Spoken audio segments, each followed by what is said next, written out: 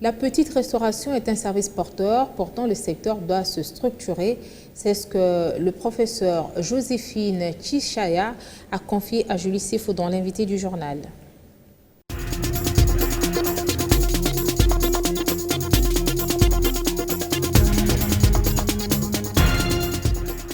La capitalisation et la protection des activités de petits commerces tenues par des femmes dans le secteur de la petite restauration à Kinshasa a fait l'objet récemment d'une étude et d'un plaidoyer. Le point avec notre invité du journal, professeur Joséphine Tchishaya Mapendo, bienvenue à vous.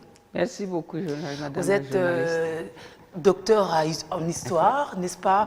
Votre thèse a porté sur l'entrepreneuriat féminin et vous venez récemment d'effectuer une étude, un plaidoyer sur cette problématique de Maléwa, comme on le dit communément à Kinshasa. Bienvenue encore. Merci beaucoup. Alors, la restauration de fortune dite Maléwa, c'est justement un problème pour une opinion de notre société. On attribue à ces plats, à ces menus, beaucoup de maux de ventre. En quoi ça vous intéresserait alors? En tout cas, ça nous intéresse beaucoup, justement, dans cet aspect qu'il pose problème, mais il résout aussi d'autres problèmes. C'est que la majorité, la plupart des gens qui n'ont pas beaucoup d'argent mangent régulièrement dans ces restaurants-là.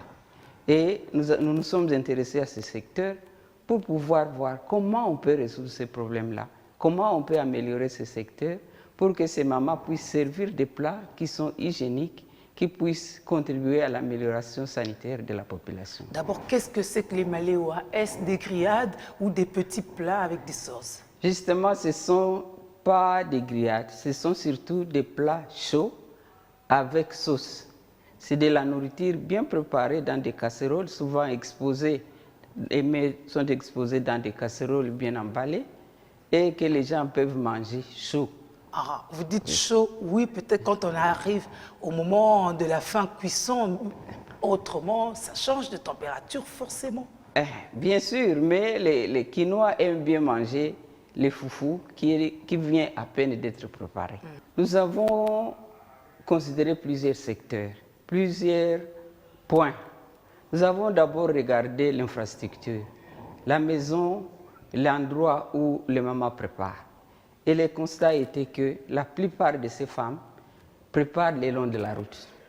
Les autres préparent dans les petites maisons, en bâche ou en sac, malheureusement sans courant. On a trouvé que les mamans, pour la majorité, c'était des femmes mariées, donc responsables, qui contribuent pour la survie des ménages. Nous avons également considéré le capital, d'où ces femmes ont trouvé l'argent pour commencer leur activité. Nous avons vu, elles nous ont rassurés que pour la plupart, elles faisaient de l'économie, économie personnelle. D'autres ont dit que l'argent leur a été donné par le mari. Et c'est ce qui constitue la majorité pour l'origine du capital. Nous avons posé la question, est-ce que vous, maman, cette activité procure des bénéfices? Elles ont répondu, oui, il y a des bénéfices. Et la deuxième question est de savoir comment vous utilisez ces bénéfices. Et nous avons trouvé que la majorité, la grande partie de l'argent récolté au niveau de Maléwa, ça sert à la survie de la famille.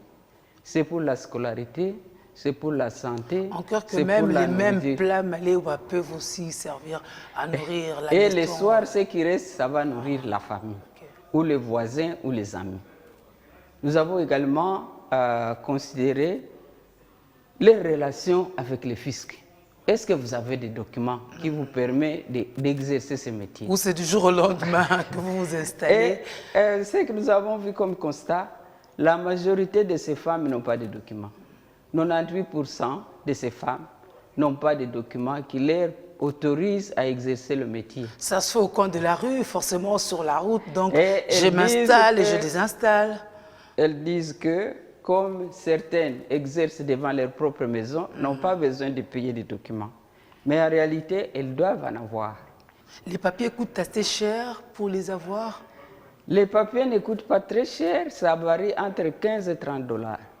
Mais elles disent qu'elles ne veulent pas en avoir, mais parce que même quand elles en ont, les policiers viendront toujours demander l'argent Les agents de la commune passeront toujours pour l'argent, même si vous avez les documents. On sent qu'il y a quand même des problèmes réels à côté d'un sous-secteur qu'on peut booster. Alors, quelles ont été des recommandations formulées lors de votre récent atelier dans le cadre de l'association Maman Maléo Alonga?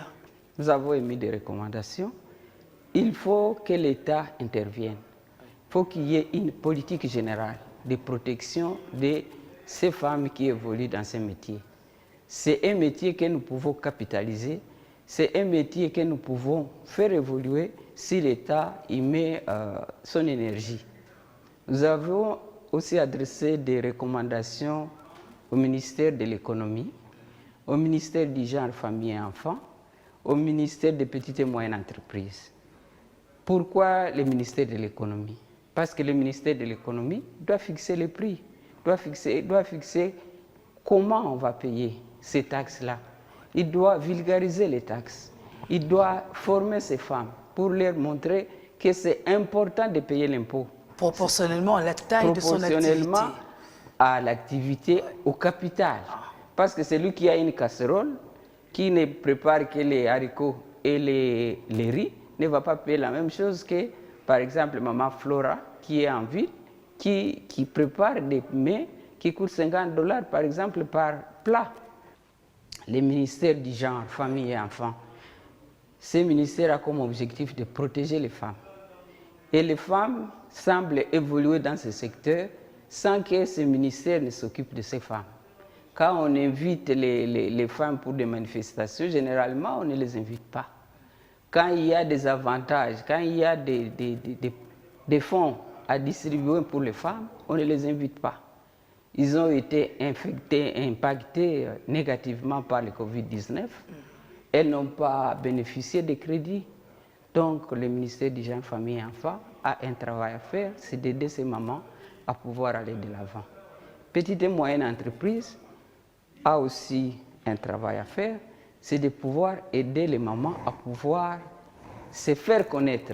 Et si vous êtes connu, on pourra faire appel à vous et vous pourrez bénéficier des avantages que les autres entreprises bénéficient à ce moment-ci pour le Covid-19 où il y a beaucoup de problèmes. On peut se dire que les mamans maléois ont compris la quintessence et que par conséquent, vous aurez quoi comme prochaine étape? Et nous avons fait des ateliers, nous venons de faire 3 ateliers de restitution. Les mamans maléois sont conscients, ils ont compris qu'ils ont un secteur important et qu'il faut l'améliorer. Les membres des municipalités, les Burkoumbens seront compris, mais ça ne s'arrête pas là. Nous avons demandé à nos partenaires, essentiellement au CISA, de pouvoir disponibiliser les moyens pour qu'on puisse former ces mamans, parce que prochainement nous allons organiser une formation et nous allons également installer les comités des mamans maléois dans chaque commune.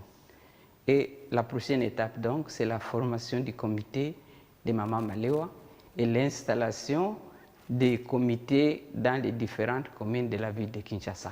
On va vous souhaiter bonne suite parce qu'on est tous concernés par cette restauration, petite, chaude, parce qu'un ventre creux n'a point d'oreille, mais il faut seulement l'organiser davantage.